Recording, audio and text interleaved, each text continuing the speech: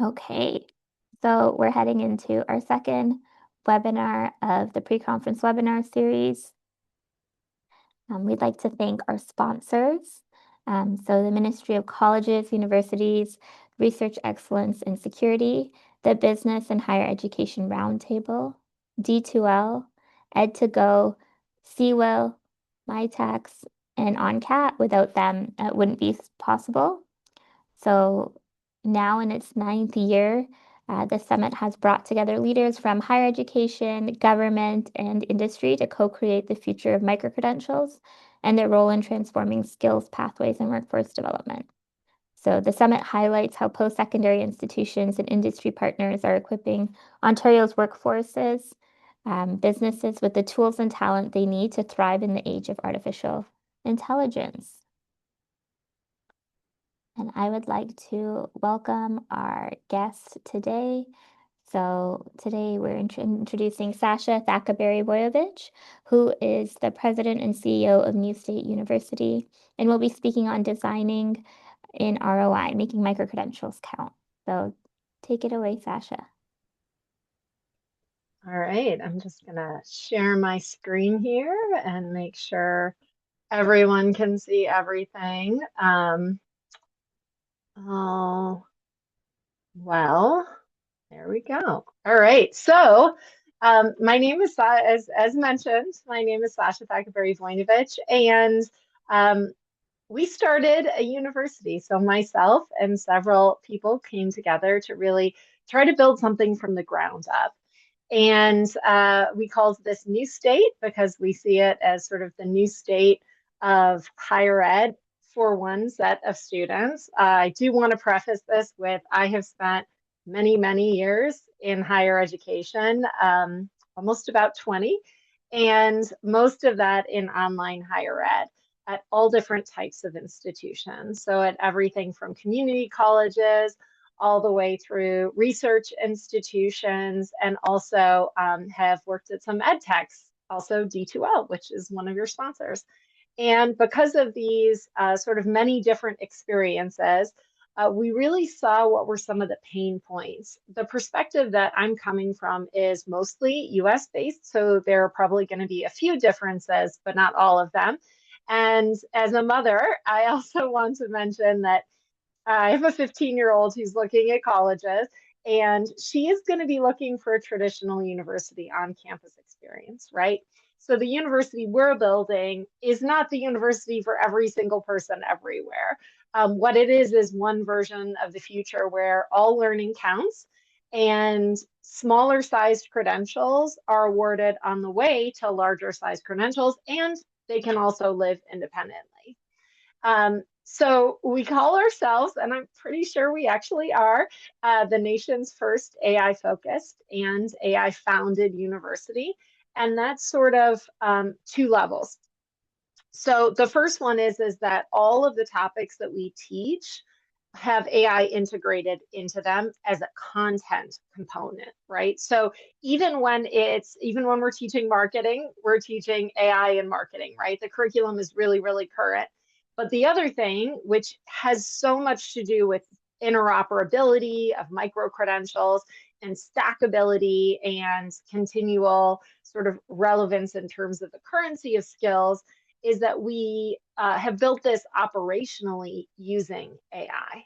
So things like how a student applies and how we evaluate transcripts and how courses start, all of that is built using AI. So literally what we're doing would not have been possible even 3 years ago, probably even 2 years ago, given the technology. So I want to preface it standing that. What we're really trying to do is make sure that we are accelerating the path to ROI for adult learners. And in doing that, we're able to make things more flexible, more immediate, and more workforce relevant in terms of curriculum redesign and frequency of refreshes. So I'm going to talk a little bit about today, about how we use this, how we build this, and how we see the value in it for learners. We literally ran to start this thing and had our first students in it as of July. And we also, again, context setting in the US, our funding system in the US for most institutions relies heavily on federal financial aid. We did not want to do that. There is, I think it's up to $1.8 billion. No, no, no. Is it it's trillion, sorry. Huge amount of money in student debt, and we did not want to contribute to that challenge. I remember a very dear friend of mine was purchasing her first house with her husband, and it was the difference in literally what city they could afford to purchase a house in because of these massive student loans. And so we wanted to have an alternative to that. So we do not take federal funding of any sort, or students cannot get loans to go to college. And that may seem like a bad thing, but it's actually a really good thing, and I'll sort of show you why. All right, so in the US, again, it's between 43 and 44 million adults that have what's called, we call them some college, no degree. And so these folks, a lot of them, I want to say about 30% actually have substantial student loan debt, but never got a credential to show for it. And a lot of these folks are sort of turned off by higher ed now, and understandably so. Carrying debt without a career outcome for it is sort of the opposite of a positive ROI. And we wanted to make sure that we were building something that didn't contribute to that. So the cost of higher ed in the US is really, really high. Every state handles state institutions differently, but usually it's a combination of federal funding, state funding, and students take on substantial costs themselves. There's also this challenge of what a student is paying for as sort of a customer or consumer versus what higher education is selling. And we don't like to talk about that in higher ed. Like, we don't like to talk about the fact that we're selling education, but that is literally what we're doing. We are preparing people for a future, right? But it is an experience that the individual is investing in. And right now, the traditional models just aren't having the impact that they need to have. And in some cases, that's not really something the higher ed institution wants to do. There are just so many historical structures in terms of how institutions have been built over decades and decades that make it really difficult for those institutions to innovate fast, to drive down costs, to change the curriculum frequently enough to be hyper workforce relevant. And starting from the ground up, like we did at Newstate, is somewhat of an advantage in that way. You know, the disadvantage is nobody knows who you are, and it takes time to get US accreditation. So we actually have international accreditation right now. But this workforce disconnect in terms of when you can start actually sort of attaining skills because of historical structures around even semesters. These types of things are just barriers to adult learners. They're barriers to skill development. And we are at a real inflection point in terms of literally the global workforce. There are going to be winners and losers moving forward in terms of actual who has jobs, what kind of jobs they have, and how their day-to-day jobs are actually transforming. We have to support that at a pace that normal, I don't want to say normal, most institutions aren't built to do that, right? There we go. I can't advance this slide. So we're, as I mentioned, AI founded and AI focused. So we're built entirely using AI, and we teach AI, and AI is integrated into our learning experiences, and we're very transparent about where we use AI. And I think that's really important to students, is to know when and how you're using AI, because we have a very specific methodology around it that has a lot of integrity and rigor around it. We have, everything is modularized. So each of our individual courses is made up of 3 micro courses. each of those has individual lessons. We have things in very sort of edible formats. So for working learners or folks who are, on the bus, you can do something small. This is not revolutionary. Like, folks have been doing this for a while. We just started it from the ground up that way. So we didn't have to, retrofit anything, which was, again, an advantage. We also have what we call the studio at Newstate University, which is even smaller pieces. So we have micro courses that build into micro certificates. And those you can, if you decide to move into a full degree pathway, you can translate those right into credit. So they align very directly with the courses that we have in the overall curriculum. This is probably where it's important for me to note that we are not boiling the ocean. We selected some very specific fields to center on because as the workforce is changing, we wanted to make sure we could lean into our areas of expertise. So we teach in AI, business, customer experience, product management, and project management. And we have, if you're wondering, do you have live faculty? Yes, we do. We have amazing faculty who are both academics and have a lot of experience in the field. Which is invaluable, because in our sort of proprietary AI development process, it's really important to get feedback from our instructors as to what's happening now, because it is just moving so fast, right? And this stackability means that we don't allow our students to to sort of linger forever. We're trying to get folks to really move along, but the whole university is competency based. So you can go onto our professional development studio and start a micro course today, take it at your own pace, stack it. Or you can literally come, apply, get accepted, and start on the same day. So people are like, when does your term start? Today. The answer is always today. The term starts today. And that's made possible because the infrastructure, because it is competency-based model, the courses are always open. So someone can always come in and get started and progress. There's this sort of theory in this around like time to value, right? And it's also called the gym effect. I don't know if anyone's heard of that. It's this concept when someone's really wanting to invest in themselves, they want to make a change. You don't want to join the gym in 2 months. You want to join the gym today. You want to go with that motivation, with that inspiration. You want to get started. And so we make that possible for people.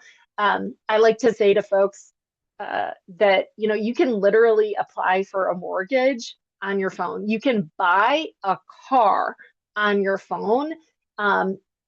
And we make it very hard for people to get started on their future.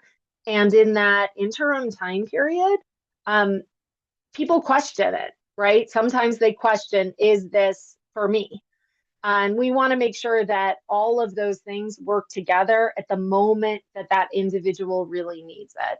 And I'd mentioned here, we teach everything is integrated with AI, but we are very focused on the tools, right? So we absolutely do. What are the theoretical underpinnings? What is the why? What is the job to be done of this type of technology, or the purpose of this methodology? But then we take it right into the tools. Okay, here's how you use Miro. I'm using Gamma today. Like, we're always ourselves experimenting with new tools, different project management tools. There's just so much going on in terms of like AI, and not just generative AI, but also just how it improves overall productivity. And those things need to be taught. And so we lean into that ourselves, and we teach people those actual tools. I had mentioned these core growth areas. But part of the reason we picked them is I am personally and professionally, we're very concerned about this trend of sort of the thinning out of the middle class. And we really wanted to support folks in order to not just have family sustaining wages, but to be able to put their family in a position where you could grow and have, like hope and career outcomes tomorrow and next year. And it's a little bit of a dicey time right now, right? There's a lot of angst, I think rightfully so. and people need a plan. These fields are all high growth fields, are all transforming. They all have incremental credentials in them. So, pop quiz. Do you need a degree in product management to be a product manager? Absolutely not. There are a ton of short form credentials out there in the product space, or you may have just learned it on the job, right? But getting the degree in business and AI or getting an MBA and building skills around that is something that's important to you to continue to advance in your career. We're not going to make you retake product management, right? So there's a bunch of different ways you can accelerate. You can bring us a third party credential that is verified, and we will accept that for college credit to accelerate your progress. Or you can start the course, and literally, if you know that information, you can submit that project that first week and just accelerate and be on your way. So, what we try to do is respect what adult learners already know and can do and get them to the things that they need to learn and need to focus on. So it's a combination of skill acknowledgement and skill development. And then labor market currency. So this is what we were talking about in terms of really focusing on high growth fields. There are a lot of fields that are like, even AI is totally changing product management, project management, vibe coding, like blew my mind, right? When folks started using that. All of these things sort of come together in terms of career relevance, the topics that we teach on, the frequency with which we release content. That's also another really important thing. And we had to be very sort of creative around that because it is very difficult to update courses daily. But in some cases, we are literally updating them weekly because things are moving that fast. So we found a way to really balance evergreen content with new content that is emerging and needs to be taught. And I can talk about that in another minute. So here's our production model. And we love our secret sauce here because this is a big part of it. Our course development is wicked fast. So I was the vice president of online and continuing education at Louisiana State University, and we got our development time was about 12 to 16 weeks, so about a semester working with a faculty member, getting a course done. And that's not considered bad. Like in some institutions, it'll take 2 semesters to design and develop a course. There are so many different types of institutions. Obviously, there's a great deal of variability, but we have so significantly shrunk that time because of how we're working with the curriculum. So we use an LLM to curate a wide array of completely valid and very exciting resources in a given topic. Everything is competency based. So we have course level competencies and we have micro course level learning objectives. And all of those roll up, and we use a whole series of bots and little prompt engineering to bring it together to really design and develop a very rigorous course. I am a stickler for alignment. I was an instructional designer back in the day, and so the quality of the learning experience is really important. We have very rigorous, I don't want to scare anyone away if you're considering university, but we do have rigorous projects, right? And they're all real world based. We also have studies. We have something we call real world conversations in every course where we talk to professionals in the field about what they're actually doing. But this allowed us to really, the speed, the use of AI, our sort of process allowed us to really get that course development cost down. The reason why that's important is our entire tuition is a flat monthly rate of $300 a month, right? And because it's competency based, if someone is able to accelerate their MBA and get it completed in 6 months, 10 months, that's fantastic. That's awesome. We encourage that. We want someone to be able to develop those skills, get their current skills acknowledged on their way to the completion. But the MBAI, and it is a Master of Business Administration and Artificial Intelligence. In an applied way, we don't teach computer science. A lot of people are really good at computer science. We don't teach computer science. We teach only it in the context of AI. And if someone is bringing credentials with them at the master's level, we will also acknowledge those, but they get graduate certificates along the way. So we have very specific credentials that stack up. And again, someone can start on our non-credit side to get started, see if it's for them, and then move into degree programs. Our update speed I talked about, so critical. This is where we were really struggling with, oh my gosh, things are moving daily. What do we do? And so we created these little snippets, like we put little snippets in the course. We have a LinkedIn community that our students join. And we created also a series called AI Unboxing, which is literally one of our folks using a new tool, right? Like for the first time, showing off the new tool. One of the biggest things as people get started with AI integration, business process, improving all of that stuff is actually just not being intimidated by using all these tools.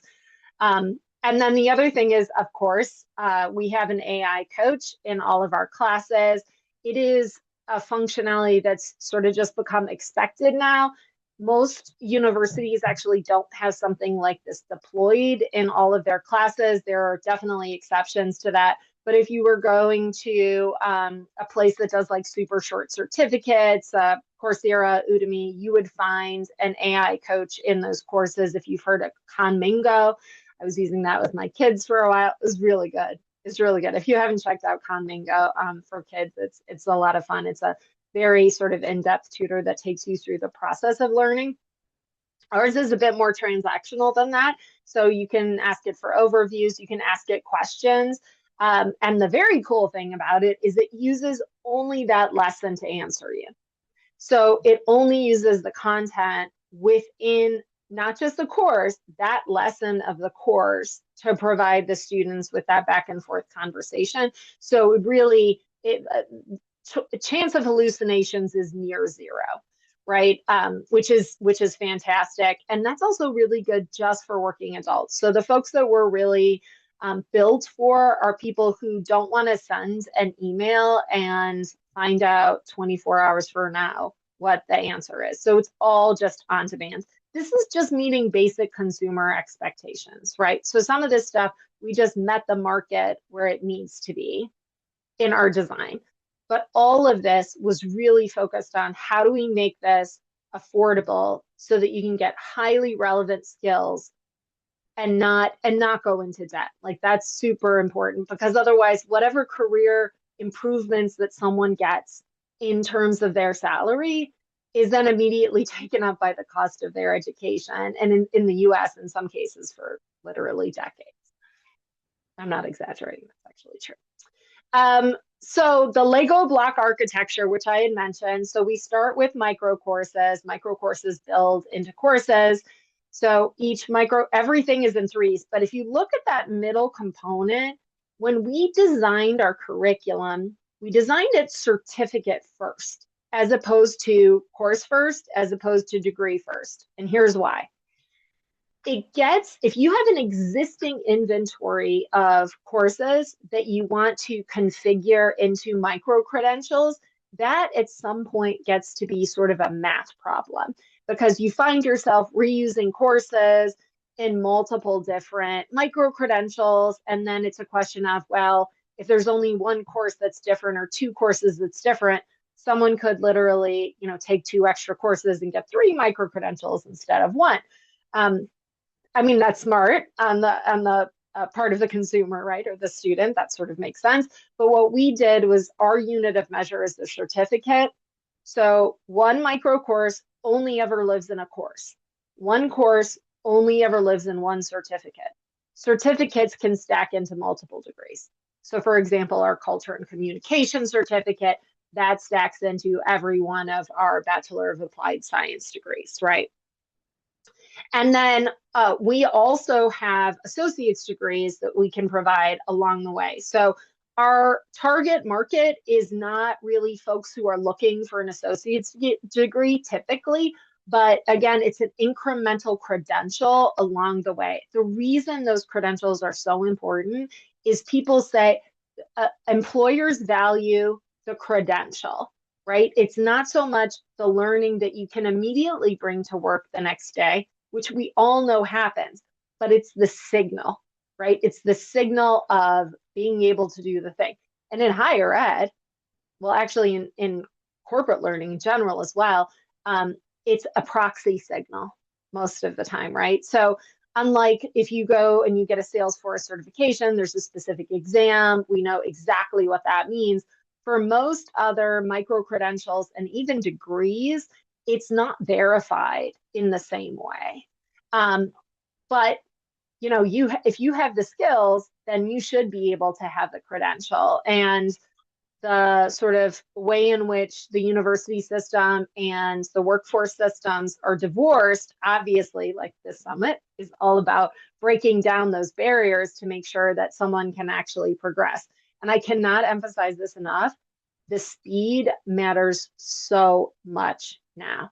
Like innovating at the speed of work is non-optional.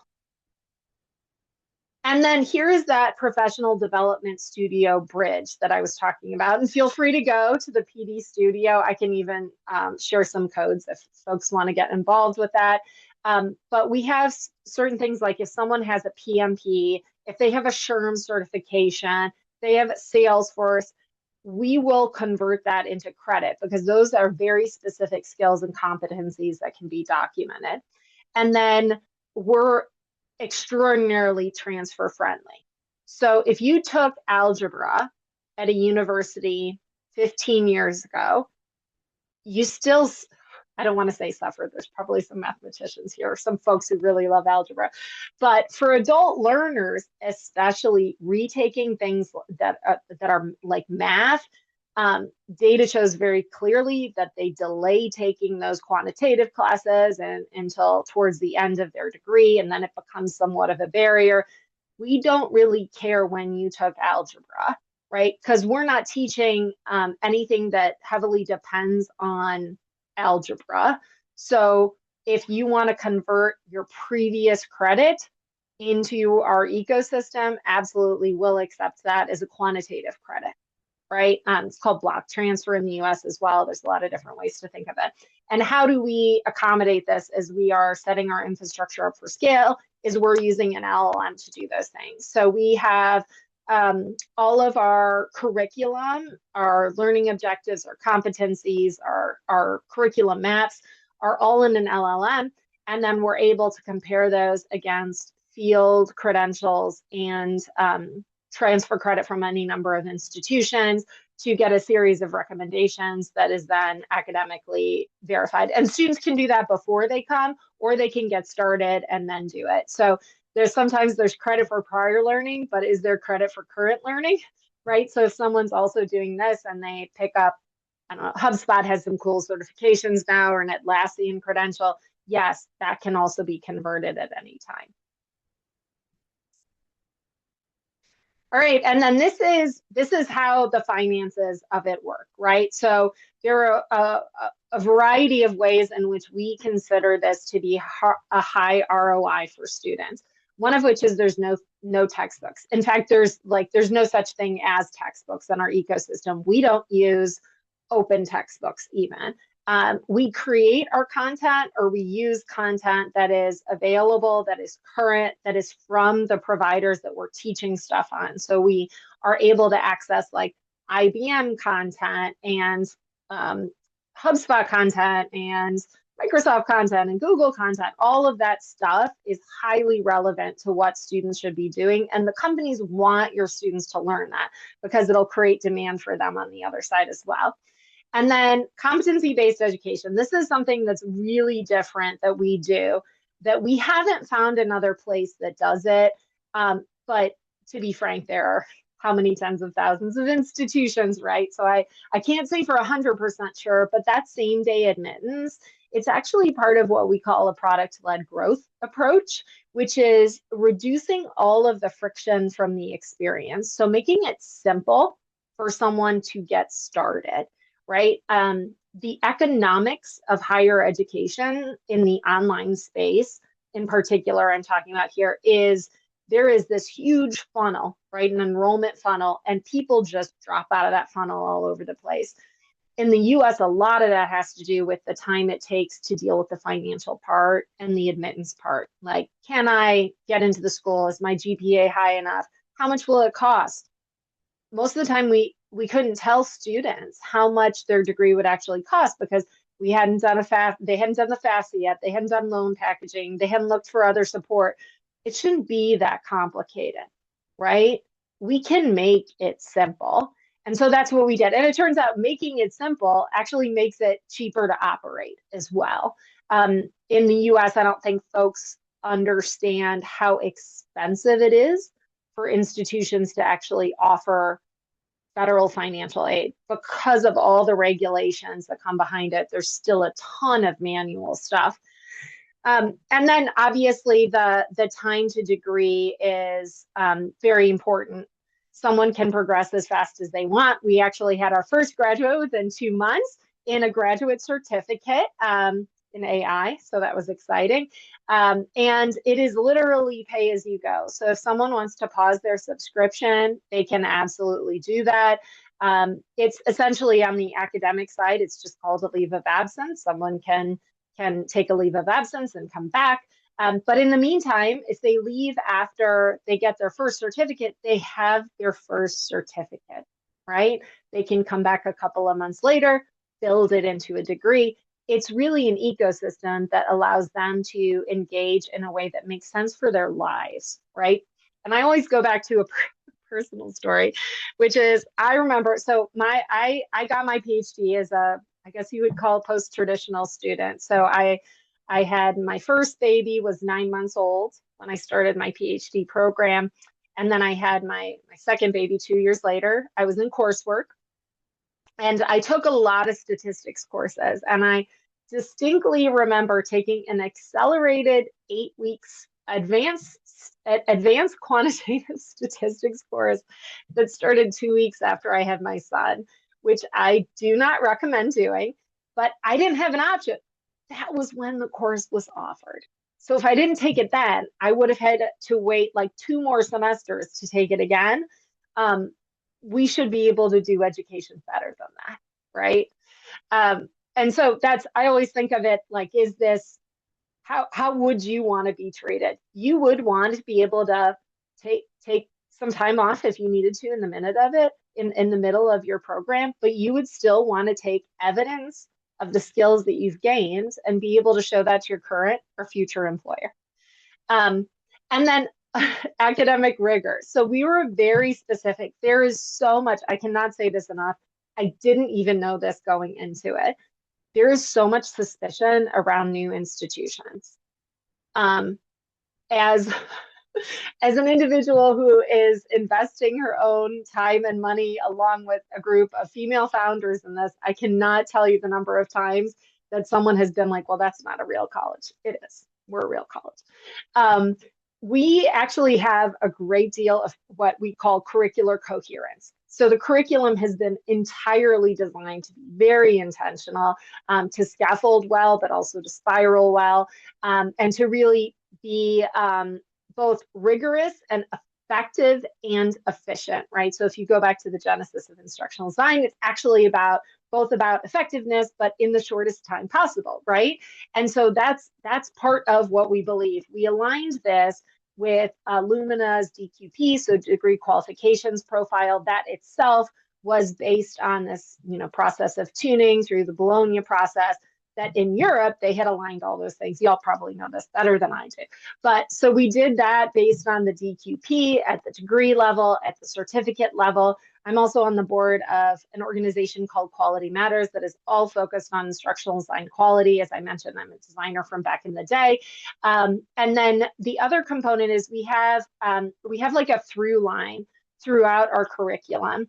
It is 3 things. It is AI is woven throughout everything. even if it's a class that, is not in any way explicitly AI, we use AI tools. We tell people when we use them. We'll say, I mean, if we used a Gamma presentation, we'd be like, this presentation was created with Gamma. Here's how we put the content into it. Here's what Gamma did. Go try it out for yourselves. It's gamma.app if anyone's interested. Super fun, by the way. And then course projects, and as I said, making sure everything is super career relevant. And getting the real stories is important because someone could be transitioning careers and thinking that like product development is for them. And it's not at all. We want them to know that sooner rather than later, right? And then this is just an example journey of what someone could be doing. So this whole ecosystem that we have built is for college-ready individuals, and that is important. We do not have, I worked at a community college in online education for 6.5 years. We did have to have a lot more supports around the student, even in terms of digital access. Now, this was years ago, digital access, so much better now. Still not perfect, but a lot better. Our university is designed for someone who's a lot more comfortable with self-service and automation. So a student literally takes one course at a time. Completion of one course unlocks the next. You can come and just take a component, and then someone can be like, I want to try it. And then they realize that it advances them towards a degree. We also have study guides for all of the major certification tests that are aligned with our curriculum. So for example, the PMP, we have a PMP study guide that goes through, all of the things that they need to know. We also teach that in the class, but we don't do test prep, right? Like we are an educational institution, we're not doing test prep, but our curriculum will also prepare you for the test. What we believe is we have to teach you across a range of methodologies and across a range of tools because you don't know what your current or next employer is going to have in terms of software that you're going to have to know, right? Are you going to have to know Jira? Are you going to have to know Monday.com? What are you going to have to know? And then we've selected Bachelor's of Applied Science. So it is an accelerated degree in and of itself. And then really the whole point is, and we say this, future-proof your career for the AI economy, because the biggest thing we can do for students is help them learn how to learn faster and deeper with AI. And it's built. That's the other thing is we launched in July. The ecosystem is built. So we are literally any of this you could go register for today. And if you are considering professional development, please do it because then we can make sure all of the automation works. So if you try something and see something odd, please let us know. We work in what we call hyper agile, not just agile. All right, and then this is really the whole point of what we're doing. I mentioned it at the beginning. We really believe in lifting people into the middle class and having a strong middle class. Family sustaining wages isn't just a talking point. I live in Cleveland, Ohio, right by Lake Erie. I love it here. We're in the Rust Belt. And so the lack of manufacturing jobs, when those sort of went away over the past 50 years, that was really difficult for a lot of the Midwest. And people had to innovate and they had to teach themselves different things and learn in different ways. And I'm sort of a Cleveland girl through and through. And so building a strong middle class is what we want to do. We want the curriculum to be relevant. We want to make sure that people connect with each other. One of our design components in our actual degrees is we have a LinkedIn community, a closed LinkedIn community. And we want people to know each other. We want to connect them for informational interviews. We want to be able to say, oh, I'm looking for information on this field, or hey, do you know somebody in HR? Or hey, do you know somebody who uses this specific methodology? We want to be the ones connecting them, because if you look at how people actually get new jobs now or different jobs now, it requires a different kind of human network. Like ironically, we're surrounded by all this technology and it's actually getting harder to match talent with jobs in a way that makes sense. And that's what we're designed to do. Oh, and yes, anyone can email me at any time. Obviously, it's up there and we're at newstateu.com. And I'm going to stop sharing so that we can do some Q&A. Awesome. Thanks so much, Sasha. I love what you guys have been building over there. You're literally building the future. So we do have some questions in the Q&A box. Um, Awesome. yeah. So the I can first, just go for it. yeah, for sure. Take it away. Awesome. Okay, so question, do you see this model eventually replacing traditional degree structures or complementing them? I see it complementing them. I see it when we look at who we believe is going to be interested in this model, we actually think a lot of the folks are going to be those who have just opted out. They've opted out of trying to sort through which short form, whatever do I need, or they've taken a few things here and there, but they're reluctant to go finish a degree, even though they would really like one. So we actually think there's a bunch of people who are underserved and underreached right now. I mean, you can just tell that with the some college no degree number, right? It's huge.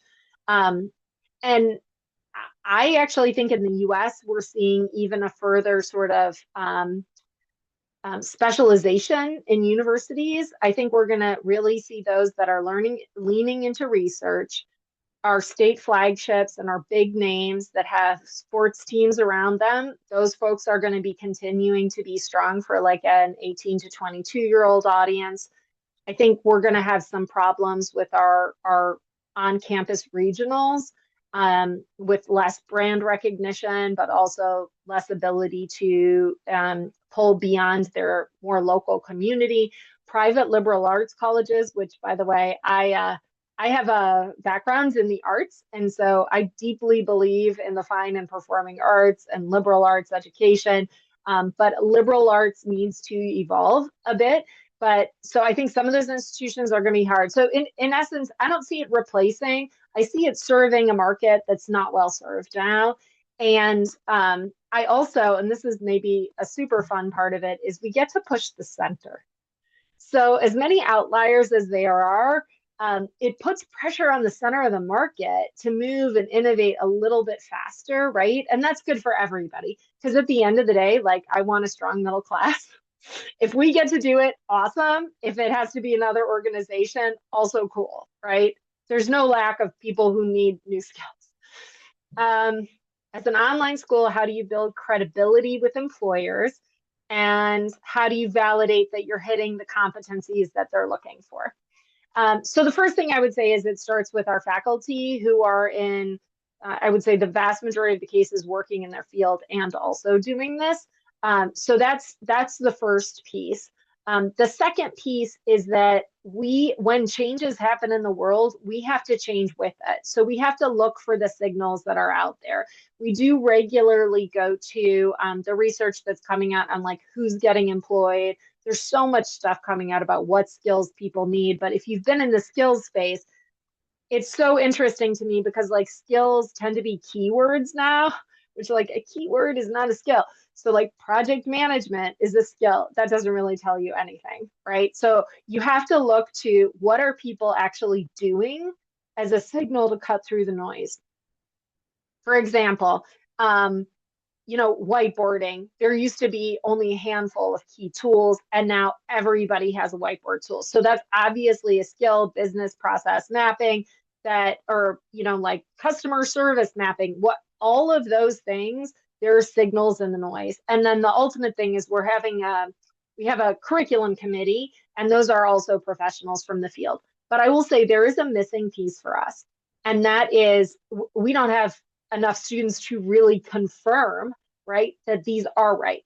So what we need to do is move fast to work with our students to make sure these are the things that people need. And we gotta get it done. Stackability. Oh, I love this. Stackability works internally. How portable are these credentials externally, especially for students who later move into traditional universities or regulated professions? Very good question. I love this one. So for regulated professions, we actually are specifically avoiding things that have second levels of regulation for two reasons. One, those actually tend to be better served by existing institutions, healthcare professions, education, things like engineering, things that have sort of very prescriptive competencies and a very well-defined way of approaching it, and then have multiple layers of regulation. We're not the model for that, right? We're not going to be the model for that. Healthcare is complex, and we're not experts in that. And frankly, I don't think you could do that in our economic model, right? Like labs are expensive, physical space is expensive.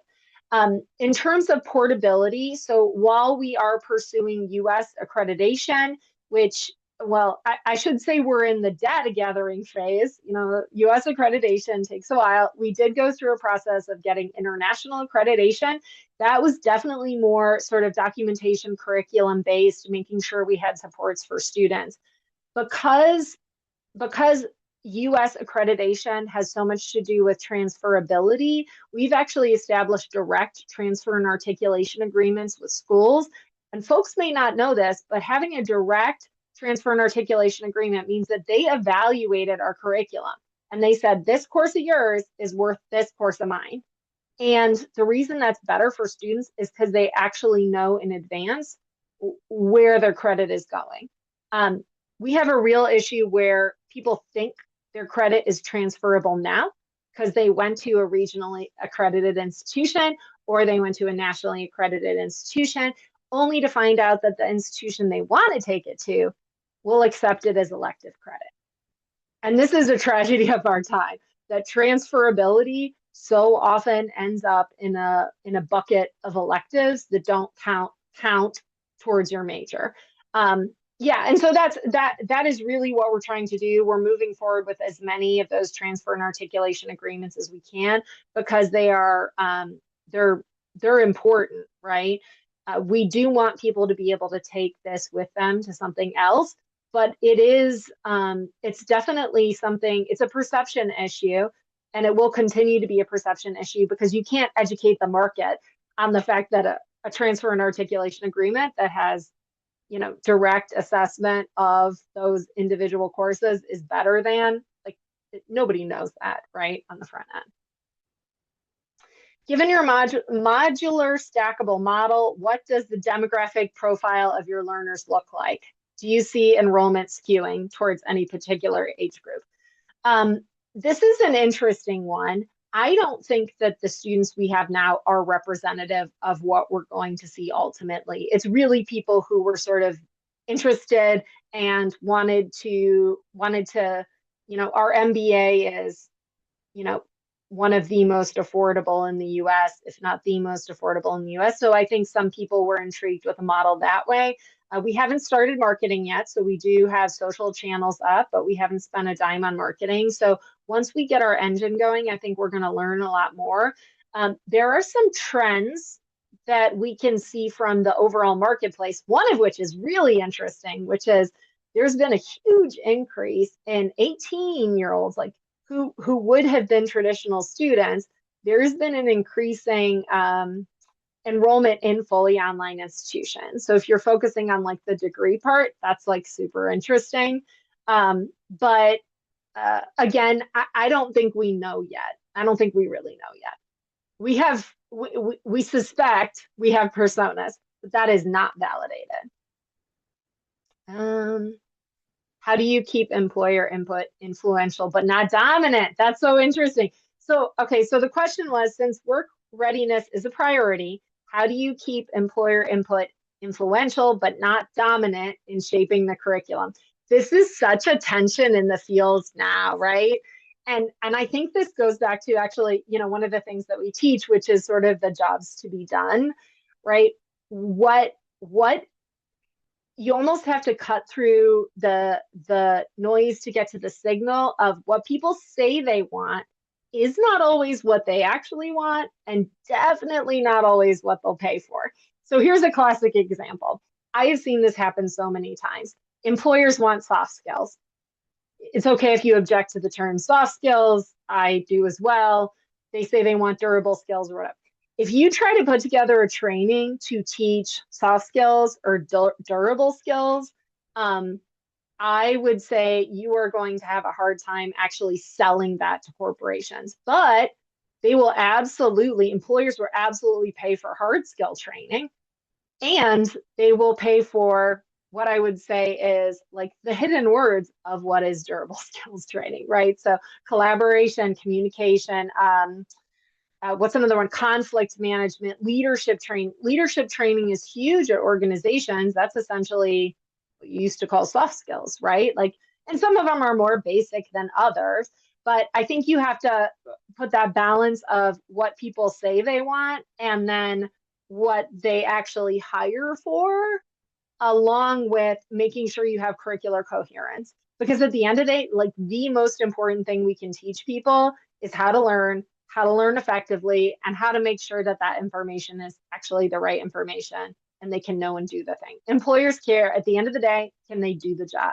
This is what they care about. They don't care about how we write our competencies. Um, if this model scales, what role do you see for public higher education systems? Oh, I love this. So I think partnerships are absolutely the way to go between organizations. And here's why. There are structural challenges. We have mission creep in higher ed like nobody's business.